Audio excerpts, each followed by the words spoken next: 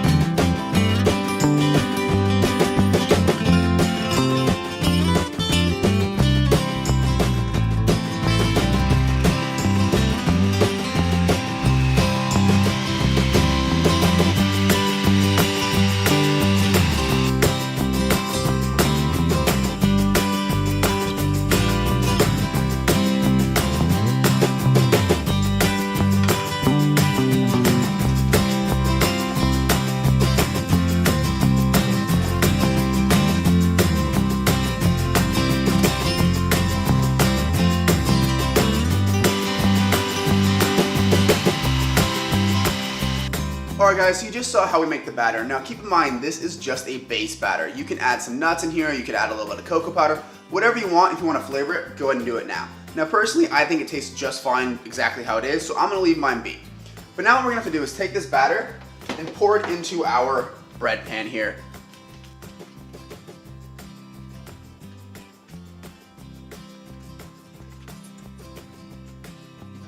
Now that our pan is full, I'm going ahead and just smooth at the top a little bit so you don't get those weird peaks that are going to burn. And now I'm going to go ahead and stick it in the oven for 35 minutes. Keep an eye on it, but 35 minutes should be perfect.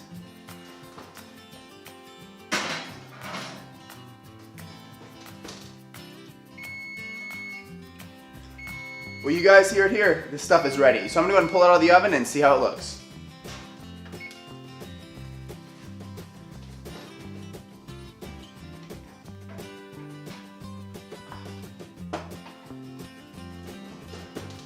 It is a fantastic golden brown color, so let's give it a few minutes to cool down. I'm going to pop it out of this tray and then cut it up. Alright guys, so I went ahead and pulled it out of the oven and let it cool down for about 20 minutes. Tip, when you pull it out of the oven, stick a butter knife in the center. If it comes out clean, then you're good to go. If not, put it back in for a couple minutes and just keep checking it because you don't want it to be raw in the center. So after that's done, I just kind of flipped it over and the loaf fell right out. And I went ahead and cut myself up a piece here and spread a little bit of butter on there. And now it is time for the taste test. So let's give it a go. As you can see, it looks like a piece of bread here. It's a little flimsy because the butter on there and I didn't toast it, but let's give it a taste.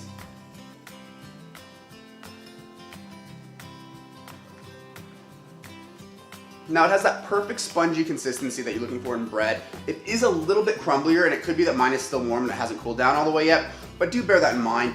And adding the butter on there really kind of helps complement the flavor because I am using salted butter. But guys, I really recommend giving this a try. It may be a very expensive loaf of bread to make because of the ingredients, so you might not do it very often, but if you're really craving bread, this is a million times better than going out and having real bread. With that, guys, I'm going to close the video. If you haven't subscribed yet, go and hit that subscribe button down below because it really does help me out a lot and you get to see more cool recipes like this. If you liked the video, leave it a like. If you have any questions or comments, leave them in the comment section. But with that, I'll see you guys in the next one.